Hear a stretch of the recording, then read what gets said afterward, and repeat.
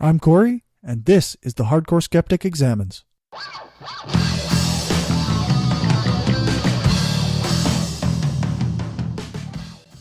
Alright, so I'm kind of guilty of letting this project slide, despite the fact that I'm still super excited about it. I'm getting some great feedback, I'm really happy with the product I'm creating, and I'm excited for future projects under this title. However, I have to admit that every time I come to an interview with one of the anti-SJW folks, I start to get anxious and I don't want to work on it because then I have to fact check everything, and every time I fact check them, I find out that they're wrong, and then people get pissed off. So I put it off, and the work doesn't get done. I don't know if it makes sense to do it this way, but I'm going to push out a few of the pro SJW interviews rather than follow the timeline of where I did the interviews, because I'm starting to feel guilty about taking up everybody's time and not producing any content. So with that said, this interview is with Peter Coffin, a well-known YouTube progressive who does a variety of different videos covering topics that are important to progressives. And he really does some of the best videos out there as far as I'm concerned. I think you'll find his take on social justice to be very interesting. So without further delay, here's my interview with Peter Coffin.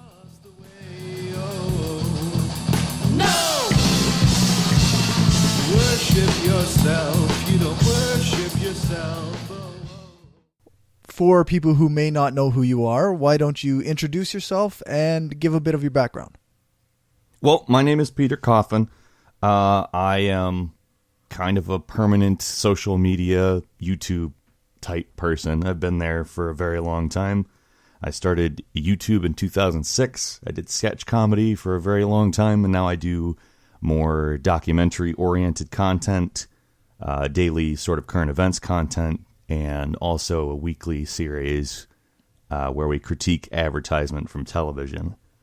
I also write a lot of essays, and am generally, if you read me a lot, I try to be funny in my video content, but I don't really care at all about whether I'm funny in my writing content. Right. Also on Twitter. People on Twitter message me all the time, why aren't you trying to be funny? It's like, I don't want to. Yeah. Being funny takes a lot of work. It is. It's work. Yeah. And in a conversation, it's not so much work because there's context that's automatic. But right. Actually writing funny content is a lot of work. For sure. And I don't want to do that on Twitter. Yeah.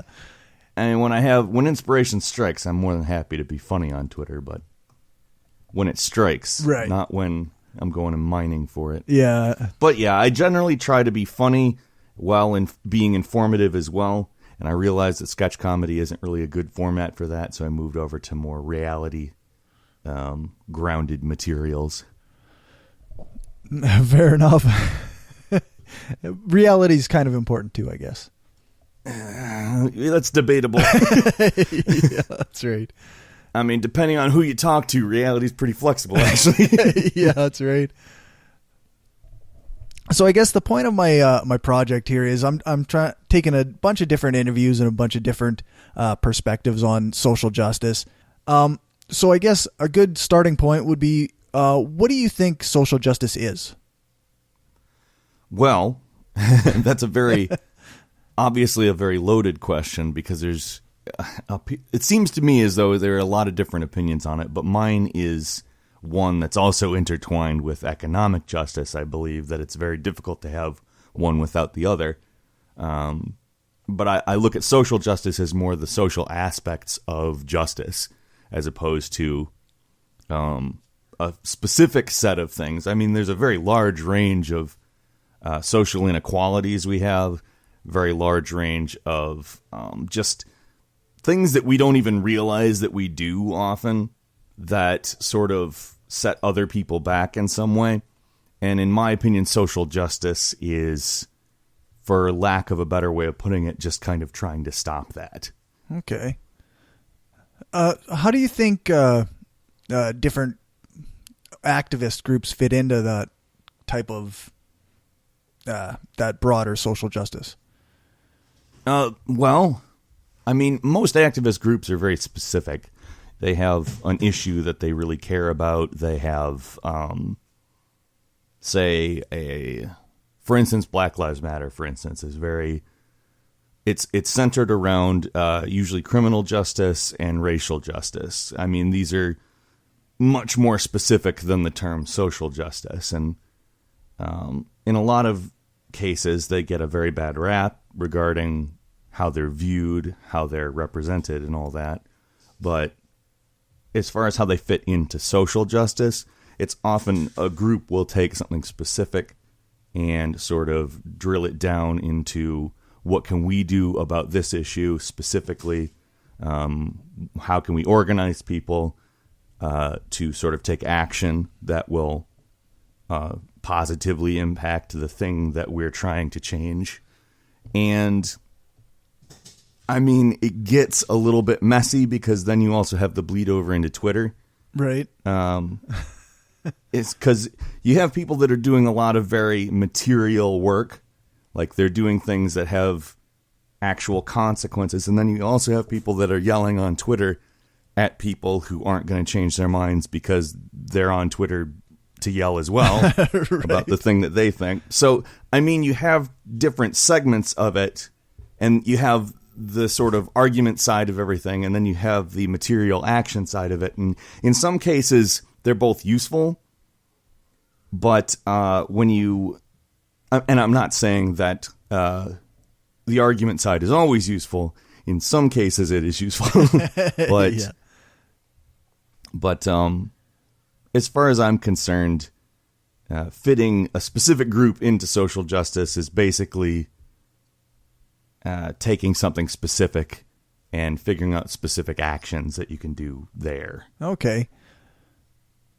What do you think of some of the pushback that's been like? There seems to be a lot of people who are really concerned, I guess, is the idea about some of the actions that social justice movements are carrying out.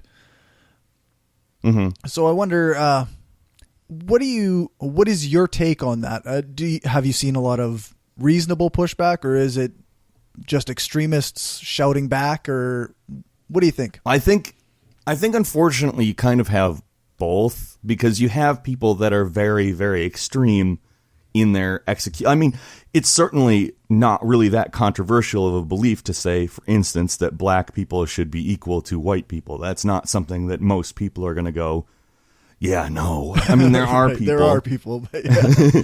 They exist, but most people would be like, yeah, I think that too. But you also have people who are very extreme in their execution of attempting to spread that belief or perform material actions that will further that belief. You have, I mean, in a lot of cases, I don't know that I necessarily completely disagree with extreme actions, but there is a place where it works and a place where it doesn't. Right. But then bringing it into the pushback, it really depends on the context. And when an extreme action is reported, like, say, remember that protest at, I don't remember which college it was at, but somebody got shot. Oh, yeah. I can't remember which one that was. And it devolved kind of into a riot with fires and all that stuff. I get that, you know? Like, I understand why it would devolve. Somebody got shot. A Trump supporter shot somebody who was protesting a speaker who was Trump-oriented. Right. And they got shot in the abdomen for it. I get why that devolved, and I think that context sort of justifies that in a way. Yeah. But that context isn't usually presented along with the extreme action that was taken. Right, right. You have the news report it as there was a riot, and I almost saw nobody report that somebody had been shot. Yeah. A protester had been shot. And because of that, you get people who take that and go, well, there was a riot just because somebody was going to speak. I must come down on them hard. Right. And their definition of coming down on them hard is sending a message to everybody who they think is a social justice warrior on Twitter that is abusive in some way. And it's I don't understand how that's an actual material action on their part, right, or how that furthers their view, but that's kind of the dynamic. you get a misrepresentation of something extreme here, and you get the most extreme viewpoint using it for their own advantage on the other side. And that's kind of, I don't necessarily endorse every extreme action, because there are ones that happen without a context that justifies it. Right. But when it does happen, that's typically the dynamic I see happen. But on the other hand, when it is just an unjustified extreme action, for me, it's a lot more murky. I have difficulty just immediately defending extreme action. Now, my definition of extreme action probably isn't the same as a lot of people's. Right. When the Nazi got punched for no reason, just talking, and he got punched, I was like, oh, right, they punched the Nazi. That's fine. Yeah. But, but I mean, if they had shot him, I don't know what I'd kind of be like, I don't know about that. Yeah, that's probably not okay. And the other thing is I don't think that the law should be like, you can punch Nazis. Right. Because that would result in people abusing that law. They'd start casting a wider net with what they meant by Nazi. Yeah. And they'd start punching people just because they disagree with them and call them a Nazi and say, I thought they were a Nazi, I punched them, that should be legal. Right. And there's a lot of stuff that in law, it can't match morality just because it would be abused by people who understand how to bend the law. Yeah, that's right. Yeah, it's almost like ethics and law can't always perfectly align. No, and it's unfortunate. And it gets into the free speech debate as well. I made a documentary on that last summer. Right, yeah, I watched that one. Oh, well, thank you for watching. I appreciate that. And a lot of people came at me as if I had advocated for a change in law, and they didn't notice that I didn't advocate for a change in law. Exactly. I specifically said it's a little bit harder if you want to talk about it from that perspective, because it would get abused. Like in Alabama, for instance, hate crime laws got abused to make it a crime to resist arrest, a hate crime to resist arrest. Right. That's interesting. And if hate speech law was in place, I just find it really hard to imagine a situation where it doesn't get used in that way. Yeah. Actually, being in Canada, we actually do have certain hate speech laws, but it's quite often the way that they're enforced seems to be questionable. Yeah, like it's not as easy to abuse, I think, is where I'm going with this, because you just don't end up with the same harsh punishments. I think the same is in Australia too. Like when we think of something that's against the law, we think of, going to jail, or we go punishment by this by the court system. But it's rather like we have a human rights type of council, and when somebody's charged with hate speech, then they look at that and they assign a fine if necessary. And well, to be fair, your government has a far less authoritarian bend to it. That's true. Yeah. Yeah. Your government is, I mean, for one, you're a parliamentary system, so your power is divided even further than ours. Yeah, that's right. We like to pretend two parties is enough, but it's not. Right. For two, like you said, you have councils that are literally based around these things. If we developed a hate speech law, I promise you they wouldn't develop a new council for it unless, like... Right. Yeah. Like, we have a really messed up system here as far as I'm concerned, and that's kind of why I am suspicious of that type of legislation. If we were a little bit more progressive in our development of our institutions, maybe I'd be in a different place, right. But in our government, not so much. Yeah. So what do you think of this, the social pushback on certain kinds of speech? I know a lot of people really feel like they're being silenced when the people around them, I guess, react, basically. Yeah, react. Yeah. I think you're allowed to say what you want to say. Sure, that's fine. But if you think that you can say it without somebody saying something back, then you don't have no concept of what free speech is. Right. Like, as far as I'm concerned, it's just ridiculous when we're like, you're censoring me. And you're just like, well, I just said you were wrong. Yeah. Censorship. That's censorship. No, it's not. Yeah. Otherwise, you would be censoring me too. Right, right. I am incapable of censorship. Yeah. I'm a free speech person. I can't censor you. Yeah, I say the words free speech quite often. Thank you very much. Yeah. So I guess, what about no platforming or at college campuses or like disinviting of speakers like Milo Yiannopoulos and whatnot? Well, in some respects, I think maybe it's better to let them speak because they do have a terrible agenda. But in a lot, like they had a guy, I can't remember his name, in a college in Vermont. They had invited a eugenics advocate to speak, and they got him disinvited. And I think that's kind of all right. They probably shouldn't have eugenics. Like it's. Am I allowed to curse or not? Yeah, go hard. Yeah, it's horseshit. That is just horseshit. Yeah.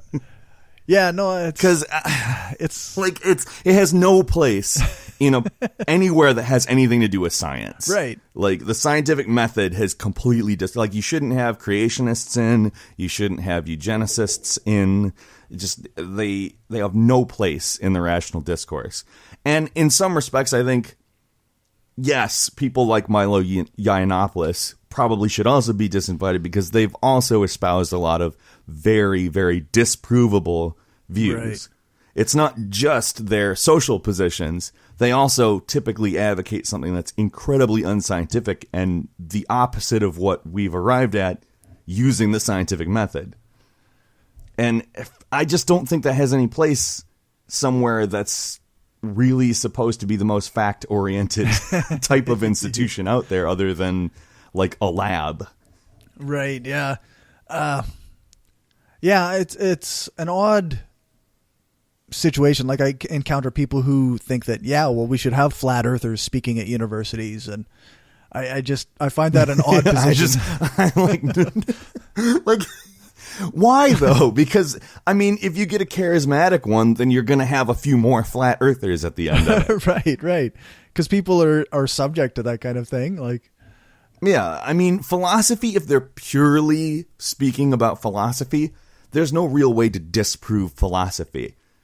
And I'm all right with people with bad philosophy talking, but I mean, because really the solution for bad philosophy is good philosophy.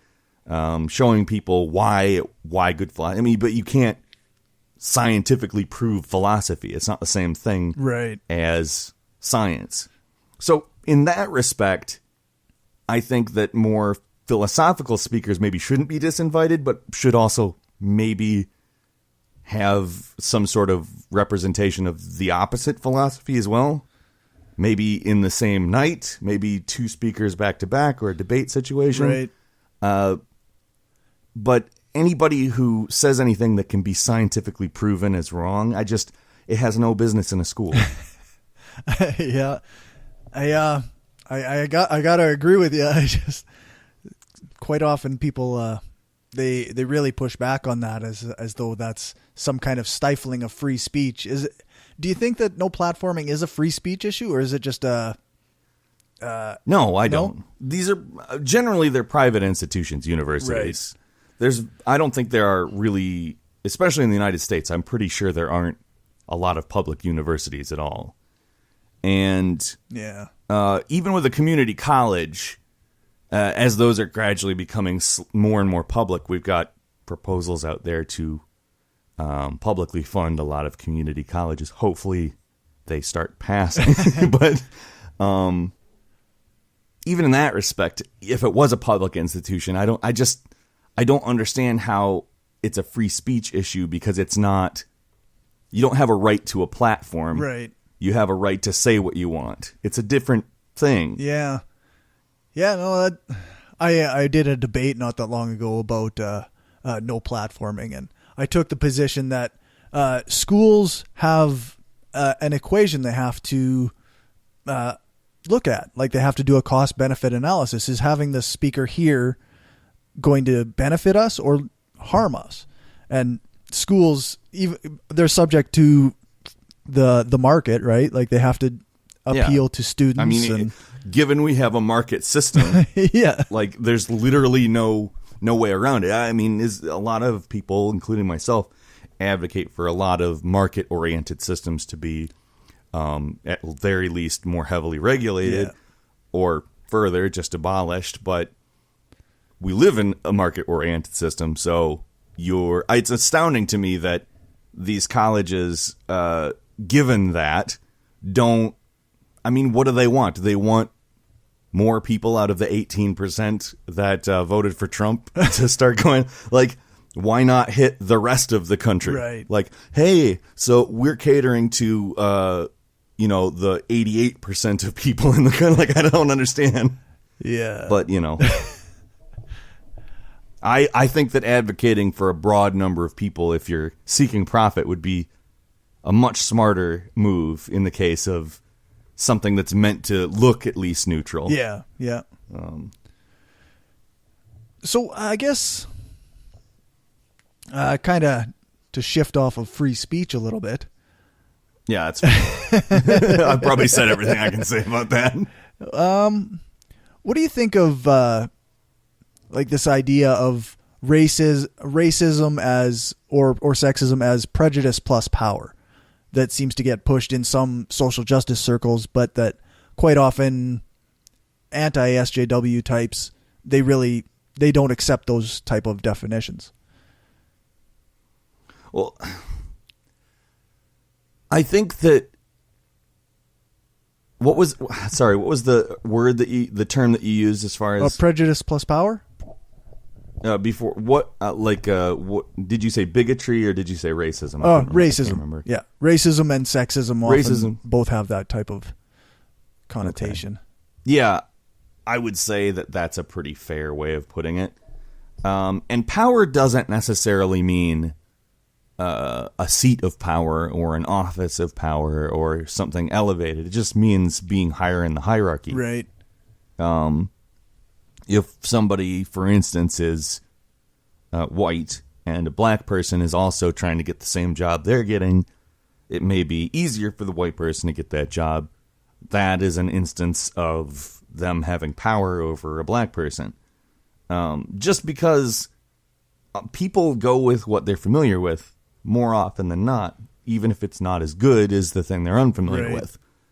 And unfortunately, that helps to reinforce racist attitudes that have been developed over centuries. Yeah. And, I mean, it's possible to be prejudiced without power. It's tough for me to call it racism just because there's not really any means of enforcement. Like, if black people hate white people, all right, like, yeah. Systematically speaking, I'm sure somebody black could attack somebody white and if the physical prowess of the black person is above the white person, that would result in them overpowering the white person. Right. But that's purely individual speaking. From a systemic or broad scale look at it, it's just... I just don't understand what black people could do that would... I mean, it's obviously just defining words a specific way. It's just saying, we're using racism to talk about this, and we're using prejudice to talk about this. And it's obviously important to frame things in a way that makes sense. And I'm pretty accepting of that framing of the word racism or the word sexism. I think it makes sense. It makes it easier to talk about from the perspective of what you don't want. Because, I mean, I'm not going to criticize black people who dislike white people. Right. There's a lot of reasons for them not to.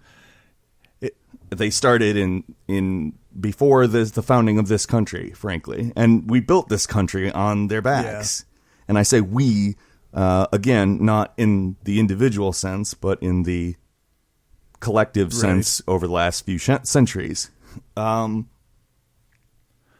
get it. I understand why it would be difficult to trust a white person because you don't know exactly where they're coming from. And because of historical context, you get the idea that they could perhaps be there to exploit you. Right. It's not that absurd to me. So, I mean, I accept that framing of the words, the various types of bigotry. It seems like bigotry is more a punch down issue than just an all around, hey, we hate this group. Right. Except they have a lot more than, like, I hate rich people, for instance. Right. Is that bigotry against rich people? Yeah. Am I a bigot? I don't think so. Because if they wanted to, they could destroy me in more than one way. Right. Yeah. And I can't do fuck all to them. Exactly. Like if I started a smear campaign against a rich person, for instance, it may be true entirely, but they could easily sue me for libel. Mm-hmm. Easily. Mm-hmm. It would require very little effort from them because they have a ton of money to hire a lawyer. That's power. Having the power makes it so that it matters that that they dislike you. Yeah, that's right.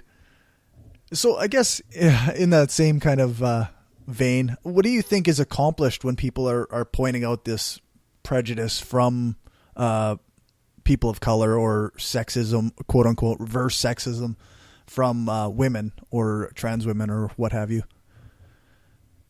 You mean when people say, hey, look at these trans women, they're against cis people? Yeah, or that's what you mean, right? Or look at this group of black people, they hate whites, or what have you.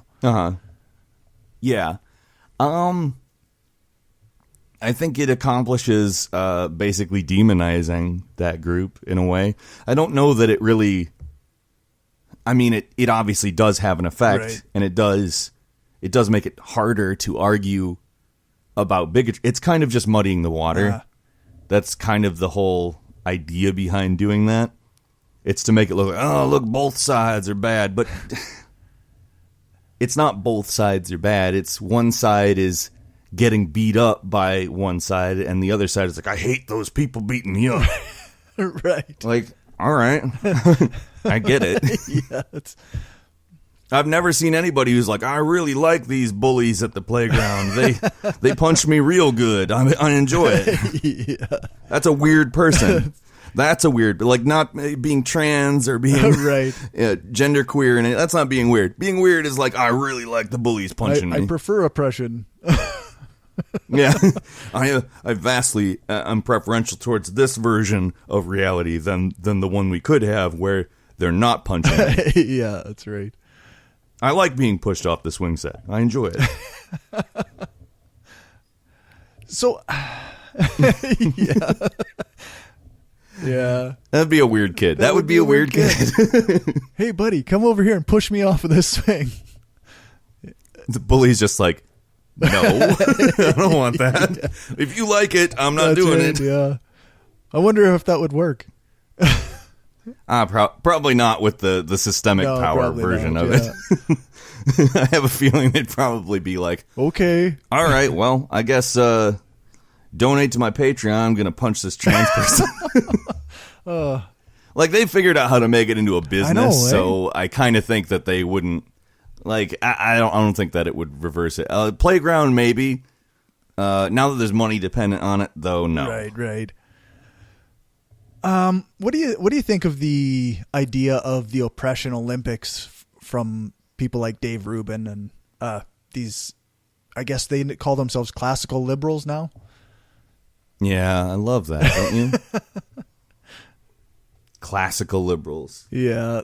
Well, in my opinion, liberalism, whether it be classical liberalism, traditional American liberalism, international liberalism, or what we're calling neoliberalism, the marketization of a lot of social things, it all boils down to kind of the same thing. There's some free market stuff at the center of it, regardless of which one you're talking about. And a lot of people don't want to acknowledge that. So, Oppression Olympics implies a competition. Right. So, in some respects, I feel as though there are things that are said, probably unintentionally, that do imply a competitive element. But I don't think that's real. I think that it's kind of because everybody's grown up in capitalism. Everybody has sort of lived a free market situation their entire lives. A lot of things are framed through monetary terms. When somebody tells you something, you either buy it or not. When when somebody trusts you, you have social capital with them. I mean, there's a lot of market-oriented stuff that goes on in our lives. So I feel as though when people are talking about, how they're being oppressed or things like that, you get stuff where people not necessarily intentionally frame it as though it's a competitive thing, but there's inevitably the use of language that does imply competitive things. Right. It's not necessarily true, but it's just kind of the way people have been raised. We all have been raised in a very capitalist situation. The United States of America is hyper-capitalist. Right. It's over-capitalist. And we all, unfortunately, view things through that lens. And, well, I mean, I don't think that there's anything actually to the idea of the Oppression Olympics. I think that it's possible to accidentally get it from people sometimes. Right. And I'm not saying there's nobody that views it as like a personal brand or a means to make money. I'm not saying that there's nobody like that, but generally I think people aren't like that. Right. Do social justice movements focus too much on the group versus the individual? Like you said, like in general, this Oppression Olympics thing isn't really a thing, but these individuals the odd individual might participate in this kind of language or action. So is there something to this? Should we be focusing on the individuals as much as some people do, or should we be focusing on the group more? I think ultimately, no matter what you're talking about, focusing on the collective view of things will always result in a better result. Right. It'll always end better if you're looking at anything, as far as I'm concerned, collectively. I made a documentary on reality, for instance. If you look at reality as an individual thing, you have what we are living in today. Right. And if you look at it as a collective thing, it's, I mean, what we're talking, like when we say facts are facts, that means nothing if you look at it from the idea that it's individual. It means everything if you look at it collectively. Right. I think if you apply that to the idea that there are some people that do unsavory things, it's such a small percentage that generally, if you're talking about what this stuff all stands for, there's so many more people on the opposing side. The percentage is so much higher. People attempting to profiteer or do things like that. There are so many, like Mike Cernovich. I don't know if you know who that is. Name rings a bell. That dude is he's such a profiteer. And there's so many people like him. Like, it's made up of people like that. They know they can make money and gain notoriety and advance their own lives and careers by doing that. Whereas I think that the amount of people doing that on the side of righteousness, I guess, it's a much smaller percent. So collectively speaking, it to me makes a lot more sense to, focus on that side and focus on the importance of what the overall message is, as opposed to any singular people. Because like I said, the ratio is so small on that side. It just doesn't make sense to me to make that the focus. Now, as I said, on the other side, the ratio is not so great, at least in my observations. Right. It makes sense to talk about it when it's such a rampant thing, but when it's sort of the odd person out, even if it was like 1 out of 10 people, which it isn't, it would be not that big of a deal to me on the other side. Right. Now, we could have a long conversation about liberalism and, like I said, that market framing of a lot of things and how it doesn't necessarily jive with what everybody thinks liberal means. But I think everybody's heart, or most people's heart, I shouldn't say everybody's, but nearly everybody's heart is in the right place. So it's less of a problem for me. Fair enough. I guess is my best summation of that. So I guess something that quite often gets brought up in these discussions is like this idea that when we focus on the groups as a whole, then like the odd individual will get almost punished or held back because of programs intended to help marginalized groups. So a, say, poor white dude might not get the same opportunities that he is qualified to get. So I wonder, I wonder, what do you think of this idea that some people will get lost in the system if we have, say, affirmative action or stuff like that? Okay. Well, let's just go ahead and say this. Imagine how many people get lost in the system if you don't have that. Like, it's so much more. So it's an improvement over that automatically. But I think if you start looking at... I don't look at things through specifically an identity lens. I try to look at things through both an identity lens and a class lens. Right. I try to kind of focus on, okay, what's the class issue here? And then to go further, is there an identity issue here? What's the problem? How are they trying to deal with it? How are they... because I'm not saying like every single solution that somebody proposes for an identity is the right one. Right. That's not necessarily true. I think affirmative action is one that has obviously proven to kind of worked out. A lot of people who wouldn't have been able to go to college have. Right. And a lot of people say that that's at the sacrifice of white people, and I don't have data to back this up today, but if I went into it, I have a sincere doubt that it really harmed white people in any way. Right. And I am talking on the individual level. I sincerely doubt that having, say, a requirement of 20, 30 people of color in a class of 400 really harmed white people who were applying in some way. I mean, you're going to be excluded based on the amount of numbers that are applying anyhow. Right. The lowest, because universities usually base it on grades to some degree, right? So yeah, typically. And like, you generally have people of color who are smart applying. Right. It's not like it's dumb people. Like, for one, everybody starts off knowing nothing. Right. And you gradually build from there. And people of color have that as well as white people. Right. The people who go to university are the people who are more likely to be qualified to go to university. I didn't go to university.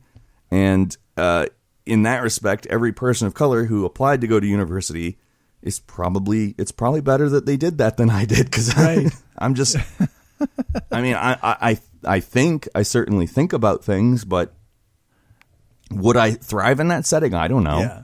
I would much rather, and there are probably people who are people of color that are in a higher economic class than I am that went, and still, I think that it's good. It's good that that happens. Yeah, it's almost like you say, like, I guess it's hard to really verbalize. Like, it's like you've got a bunch of spots in a university, and normally they'd be filled up by, say, a whole bunch of white people. And then you start saying, well, let's afford some opportunity to these people of color. So then the people who would normally be at the bottom of the rung or whatever, the least likely to get into a university, don't get into the university. Yeah, exactly. I mean, all you're really doing is kind of edging out the people who are less qualified, which is not entirely fair, so to speak, but it's not fair on a racial basis. Right. Or it's not unfair on a racial basis. It's unfair in that you can only have so many people in a class. Yeah, where before it was like edging out people of color because they were people of color. Now it's edging out. Yeah, exactly. Yeah. The people of color who are let in are people who, I mean, you're going to get people who apply from a range of of grade range, GPA range. That was what I was trying to think Right. of saying. And you're gonna get the people in who have the higher GPA. Right. Like, it's not like they're gonna go, all right, well, let's take all of the lowest applicants from the people of color and bring them in just for spite. Yeah, that's right. That's not how it works. Yeah, I guess that kind of speaks to, because one of the concerns that was brought up with me was that if you're filling spots with women or people of color, or, you know, if you have these different levels of quotas, then perhaps the level of education or the quality of the work might go down. But talking it out with you here now, it seems like actually the quality of the work would actually go up. Well, what you have is just a requirement to look at people of color instead of a requirement to look at just the numbers. Right. Because if you look at just the numbers and you interview people, which they often end up interviewing people, again, that familiarity starts to creep in, and you may have more rapport with a white person right off just because your experience is closer to that Right. person. And what you do is affirmative action kind of counteracts that, saying, well, you have to consider these people. And the people who are going to get in are not going to be the lowest applicants. No. I promise you that. Yeah, for sure. All right, let's shift gears a little bit. We kind of talked about some of the riots or what have you. So what do you think of these anti-fascist groups that are popping up in different cities? Well, from the perspective of there is kind of a burgeoning fascism in this country. We're already a very authoritarian country. We have been since 9/11. There have been various laws that have been passed that are very authoritarian. Right. Patriot Act being the gold standard of that. We kind of set the stage for there to be a fascism. And in a lot of ways, Donald Trump acts very authoritarian and always has. I've called him a fascist more than a few times, and not because I dislike him. I've never called a politician a fascist before. Right. This is the first time I've ever done that. But fortunately, he's appeared to be a rather incompetent fascist. Yeah, that's helpful, eh? Yeah, I mean, it's the best kind of fascist you can hope for being elected into a democratic state. Yeah, that's right. Is the incompetent one. But that being said, we did elect a fascist into our state. Right. I mean, he may not be formally fascist, but rarely do they declare themselves. Usually they're just a very authoritarian person who has very specific views on how people should obey them. But yeah. And ultimately, to have a lot of anti-fascist groups, it's comforting. Right. Like, honestly. Do I think that they always do the right thing or that they don't ever jump the gun? No, I don't think that. I think that there's times when they go way too far. But again, I brought up that eugenics gentleman who was invited to speak. The reason why he wasn't able to speak was because of an anti-fascist group in the area.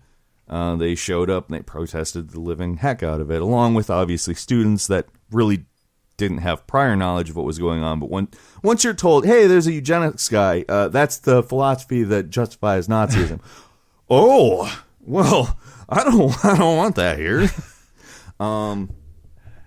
That's kind of what happens. I mean, you have the anti-fascist groups who are very clued in. They're paying closer attention to everything, and they tend to take the actions that are more informed by being very focused. Right.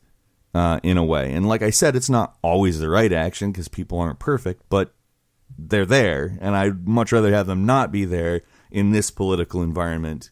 Or I'd much rather have them there in this political environment than not be there. Right. Something that a lot of people are really appear to be concerned about is the rise of these Antifa groups. And I guess it kind of at the same time, more violent protests seem to be occurring. Like, I wonder if is there something to this idea that Antifa groups are inherently more violent? I think kind of, but it's it's not necessarily let's get together and be violent. There's really extreme stuff going on. And in a lot of cases, you have to have people that are prepared to do things that are unpopular in order to defend. Am I saying they sometimes, or am I saying they never jump the gun? Am I saying that violence is always the answer? No. I don't think actually that violence is really ever an acceptable answer, but sometimes the answer isn't the one that we all want it to be. Sometimes we have to be made uncomfortable because that's the thing that works. And I'm not saying that every single one of these protests is justified that has gone violent. I'm not saying that, and I wouldn't say that. But, after, like I said, somebody gets shot in the abdomen, or you have literally a guy coming in to justify Nazis, I get it. I understand why that's the reaction, because it's, for one, somebody getting shot in the abdomen is an act of physical violence, and the act of justifying Nazi viewpoints and action through what you're passing off as science, that's in a way not necessarily physical violence, but you're advocating in the long run genocide, which is the ultimate physical violence. Right. And if you're trying to grease the wheels for genocide, I think kind of it's all right to be violent in reaction to that. I don't know. It seems to be one of those weird gray areas where, like, we don't want to advocate for violence, but we want to be able to stop this kind of thing from progressing. We don't want actual genocide to happen. Yeah. And the thing is you have so many people like, well, I understand why they went into World War II and we tried to stop Hitler and all that, but I don't think that we should just let them talk. It's like, do you not get what's going on? These are the people that, like, they did the same thing in Germany. People didn't take them seriously. The Liberal Party didn't take it seriously. Just let them talk. They'll de-justify they'll discredit themselves if they're allowed to talk long enough. Get them the rope, they'll hang themselves. And it's like, they didn't. Yeah, that's right. I'm of the opinion that heading it off at the pass is better than having to go to World War again. Yeah, for sure. I'm not a big fan of World War. That sounds bad. I've never lived through one, but reading about it, it's the least pleasant sounding thing. Yeah, and I'm a little concerned about what might come from another world war. Like, that's pretty heinous at this point. Yeah, everybody's a little bit better armed now. Let's just say that. Right. Jeez, eh? Yeah, it's not. That's not the result anybody wants. And I think that although philosophically I'm a very anti-violent person, I'm very pacifist-oriented. I can get heated and argue pretty loud, but I generally don't think that violence is a good thing. I think sometimes it's the right thing, even though you hate it. Like, people try to justify the Iraq War. Still, there are people that try to justify their support for that. And it's like, well, you're trying to justify a much bigger conflict based on belief and attempting to stop systematic spread of something that you viewed bad. Why is it bad for a small violent skirmish against fascism or the ideologies that prop up fascism if it's like significantly smaller than a war that hundreds of thousands of people died in? Yeah, it's interesting. I don't know. I just think that because the opposing side, who is attacking these smaller, sometimes violent groups, I mean, I'm not saying they all like the Iraq War, but 5-6 years ago, that side defended the Iraq War as much as they could. Right. Yeah. I used to be I guess technically I still am a fan of Christopher Hitchens. But that his defense of the Iraq War, I just never could get on board with that. It's tough. It's tough to understand that kind of thing. Like, I don't think Christopher Hitchens was all bad. I'm not personally a big fan of him. I don't think everything he said was bad. I think he was more of a complex person than a lot of the people that are big followers of him nowadays. But I don't know. You end up with much more weird mental gymnastics in order to be like poo-pooing on the violence from these small groups trying to stop something that they perceive as fascist. Right. When 5-6 years ago, these same people were, look, there was no evidence for WMDs in Iraq, but it was the right thing to do because we stopped. So it's like, what? Right. But you don't think it's all right to stop fascism here? Yeah, it's like, or at least you don't think it's right for people who view something as fascism to attempt to stand up for it. I just, yeah, and like I said, I don't necessarily think they're correct at all times, but I mean,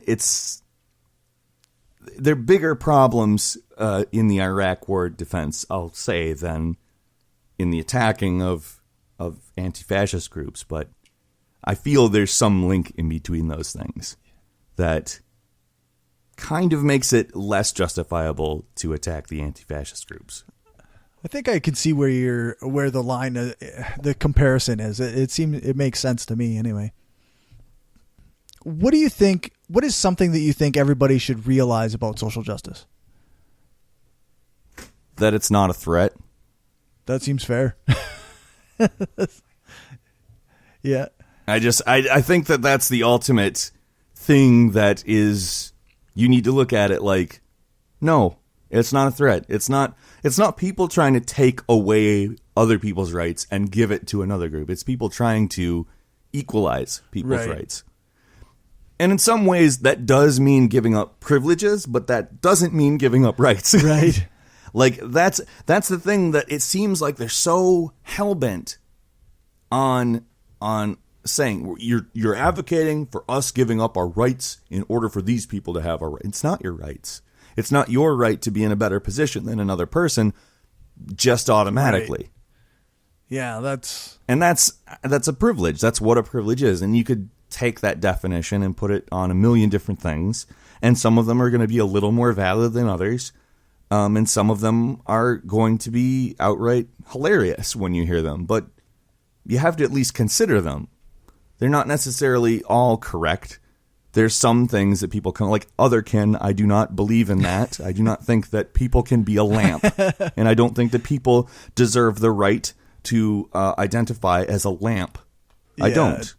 But gender queerness, like these are people who, like, they're not really asking for a lot. No, that's right. Yeah. Yeah. Non-binary people are a thing, aren't really, they're not asking for anything special per se. Yeah, they're literally not asking for something that affects other people's lives in any way, shape, or form. And that to me is like, all right, I don't get it. Like officially, even in that respect, I think that otherkin, oh yeah, fine. As long as you're not bothering other people, I don't really care if you think you're wrong. But I mean, on an official level, I don't know exactly how that would fit in.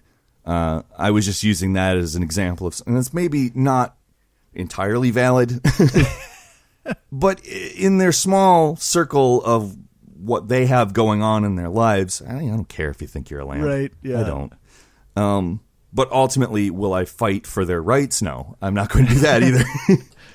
On the other hand, if you consider every single thing and make some, rational judgments based on what you observe, I mean, you're going to figure out which ones are valid pretty quick. Yeah.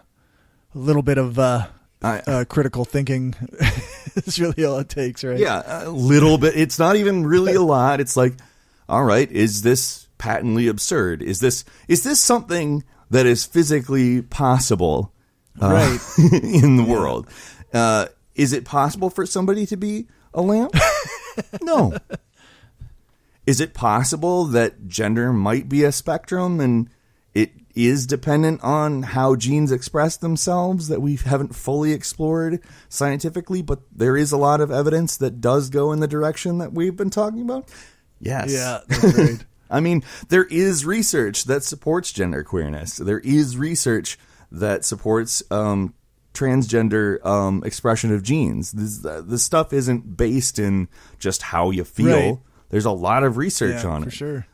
Is it conclusive? Is it final research? No, but it's headed in that direction.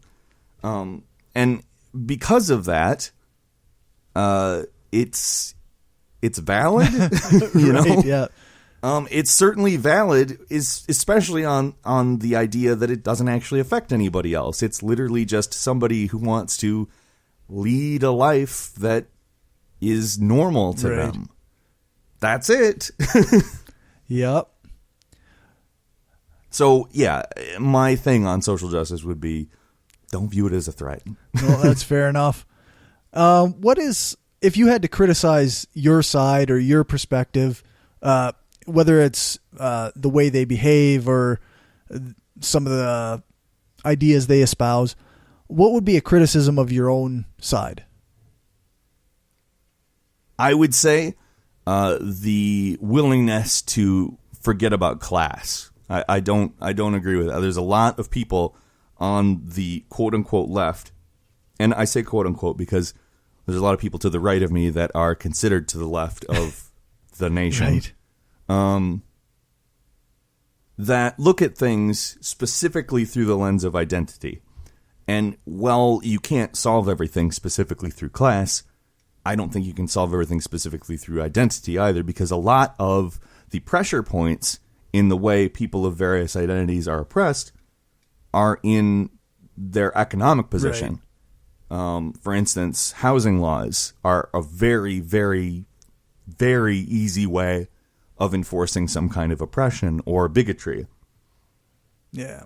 If you don't have housing laws that are very specific in protecting people from discrimination, they're pretty much going to get discriminated against somewhere in the country. That's right. It's a big country, a lot of people, a lot of different views. It's going to happen. So you have to look at things through a class lens as well. And I think that a lot of the time, the people who are very concerned with social justice aren't willing to consider that economic justice is as intertwined with social justice as it is. That's fair. But at the same time, the people who are very class-oriented, I feel, have a bit of a blind spot regarding identity. Right. So, I mean, it's a trade-off. It's not necessarily a one-to-one. It's just those people. They need to start thinking about class too. It's that these are categories of political concern as opposed to an end-all, be-all philosophy. Right.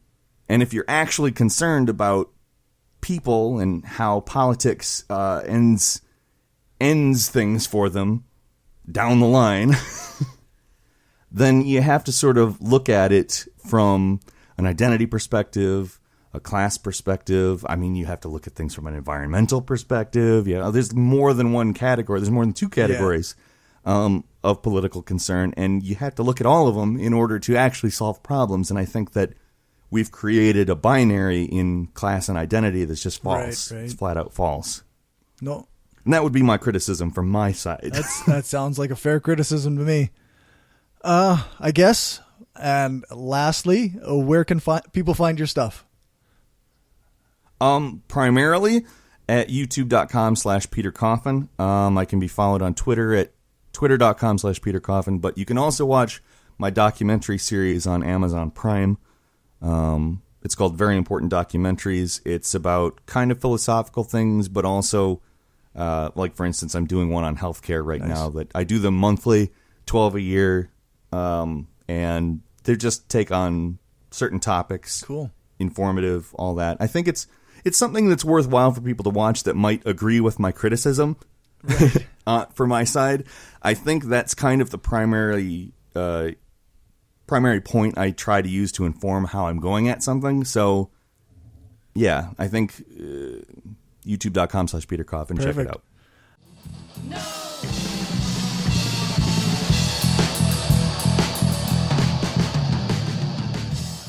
Okay, so that's it for the interview. I'm not sure that there's much to say here. I considered looking into a couple of the things that Peter mentioned, but he's done a couple videos in his important documentaries series since this interview, and those kind of touch on some of the subjects he talked about with me. I think that it was an interesting interview, and if you want to know more, then I'll put a couple links to Peter's videos in the show notes. He does good work in those videos, and they're very well researched, and he explains these ideas very well. Or you can just go and watch all his videos, which I highly recommend, at youtube.com/Peter Coffin. You can email me at mail@brainstormblog.net.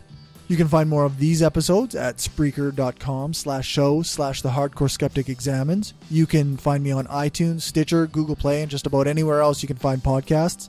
Make sure to follow me on Twitter at Hardcore Skeptic and like my page on Facebook, Facebook.com/Hardcore Skeptic. If you want to support my work, then you can become a patron at Patreon.com/Hardcore Skeptic. A huge thanks to all my patrons, Larry Wilson, as well as Chris Watson of the Podunk Polymath podcast, Marissa Alexa McCool of the Inciting Incident podcast, and Trav Mamone of the By Any Means podcast. Remember to check out my other show, the Brainstorm podcast. I think I've said podcast a lot of times in the last few sentences. Anyway, check out Brainstorm at thebrainstormpodcast.com or brainstormblog.net. The music for this episode is Atom in the Universe by Noctagon and was used with permission. You can find them at noctagonband.com. Nope. You can find more from them at noctagonband.bandcamp.com. Thanks for listening, and remember, the truth matters.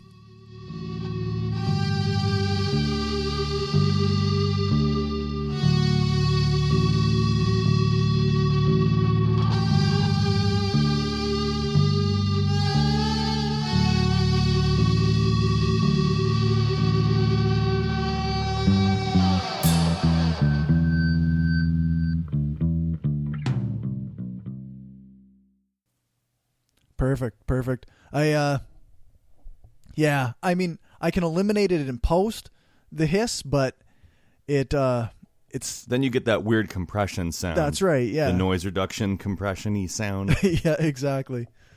Like a 90s MP3. Yeah, like it's almost talking into a can or a hollow. Yeah. And I'm going to combine them with my own research and commentary into like a pretty long documentary. Oh, sorry about my voice cracking there. Oh, no problem. Kind of a long documentary style podcast. In my opinion, liberalism, whether it be classical liberalism, social liberalism, let me start that over. I forgot the question. I'm sorry. Oh, I started it off on Oppression Olympics, but well, okay, that was why I brought that up. I guess it kind of goes to the point, the discussion of what about I guess stumbling over my brain. I'm glad. Also, I almost ran out of voice there. I think my son is just calling me because he forgot his lunch at school or at home today. But I'll call him back. I got about 10 more minutes anyway if you want to do. Okay, we'll do the my wrap up questions then. Okay, that would be good.